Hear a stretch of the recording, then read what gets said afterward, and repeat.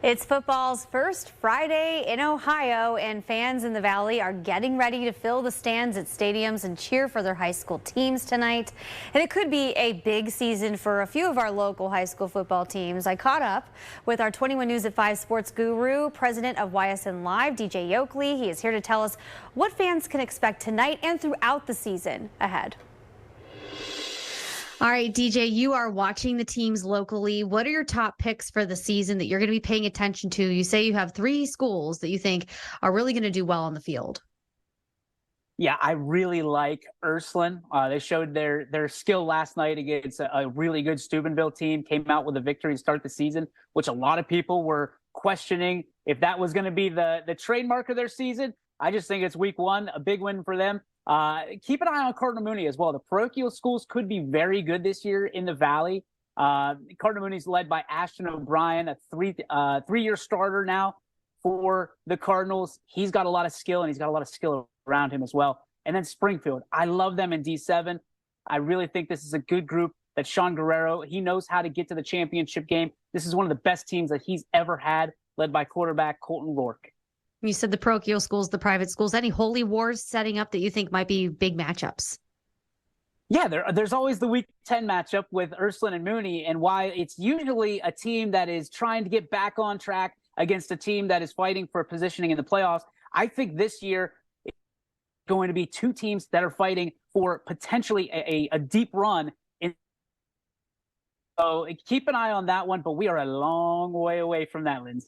Okay, yeah, we've got some games to get under our belt. One of the best running backs in the area, you say, yes, the first Friday night, is Niles McKinley. If you go out there, you might see something that shines on the field that you're going to want to watch throughout the season. You mentioned a couple other players too. So which are the top few players that your picks are this year that you're saying, okay, watch these guys? Yeah, so we were talking earlier about Antoine Gardner. That's the Niles McKinley running back. This kid has tons of skill. He's had it for a long time. And now I think he's going to be able to help Niles shine in a big way. A multiple touchdown performance last night in a big game, a rivalry game against Howland, setting the Red Dragons up for a big year. But don't sleep on, I mean, we're going to go back to Ursuline. Christian Lynch, who's been excellent. DC Farrell as well on that Ursuline roster, and Jack Erickson all shined last night in that win over Steubenville. But a guy, again, to keep your eye on. I know that I've said it a million times on a million different interviews with you guys. Colton Rourke is a guy. He's under the radar right now. Big, versatile, multi-sport athlete, big arm, and he's got weapons around him. Young Sean Guerrero is, the son of the head coach, but he is a guy that's making his name for himself. He's going to do a great job this year of giving opportunity to Colton Rourke and the Springfield Tigers to go far. Oh man, it's going to be a fun night and a fun season too. I think a lot of folks are ready. I know it's an expanded type of season, and that's been controversial for some coaches. Local high schools in Northeast Ohio, the 8 athletic conference, they're going to battle out for the title when it's all said and done. Wondering which teams you think have the advantage, which ones might have more wins this season. Any predictions you're throwing out there?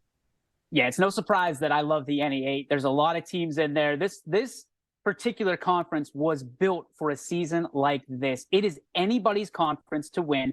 There are so many. There's 7 teams in the conference right now, with Jefferson leaving last year. And I think all 7 teams are contenders for the title, which coming out typically puts everybody else on notice. Obviously, South Range won that last year and took the entire state title. So whatever team ends up coming out of there, you got to watch for in week 11.